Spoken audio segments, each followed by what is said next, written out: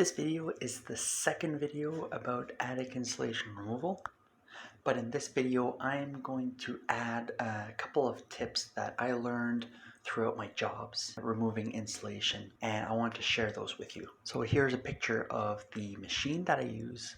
It's a big vacuum that I believe that you can rent.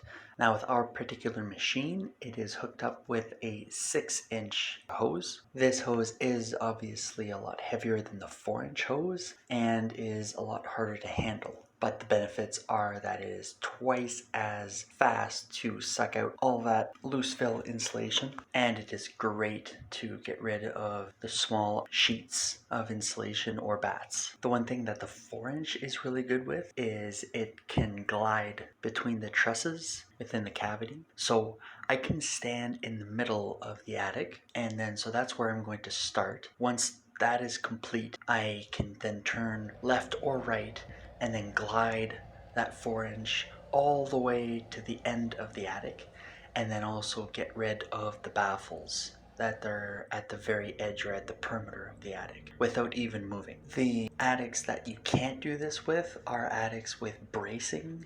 So this attic in particular had wood bracing at every 16 inches. It was a very old house, and so then I can't glide the hose because then it gets stuck. That unfortunately means you have to crawl all the way to the edge, and so I would suggest you bring a plank of wood that is a little over 2 feet, because again, typically between the trusses it's 2 feet or 16 inches.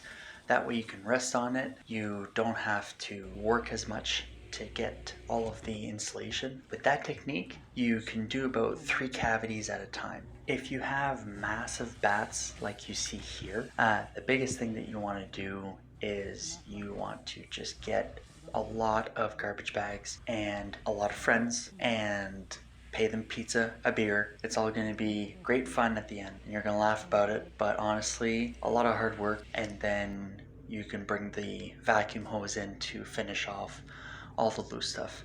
That is going to save you a ton of time instead of trying to put those sheets through the hose.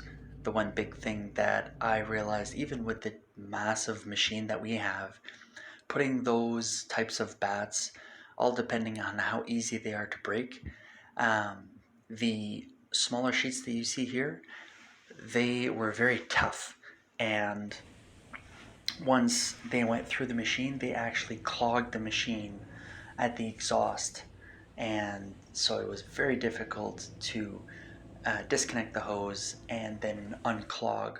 We tried that about 4 times when I changed my mind and said, you know what, guys, we are going to change our plan here, and we're going to have to go up in there and hand bomb them.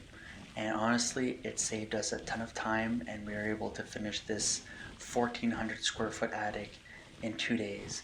Now, understand, I've done a lot of attics. Most attics only have loose fill in them, but this one was one of the worst because it had 3 sets of bats. Now I'm talking about, at least it looked like an R32 fiberglass bat on top for the entire attic.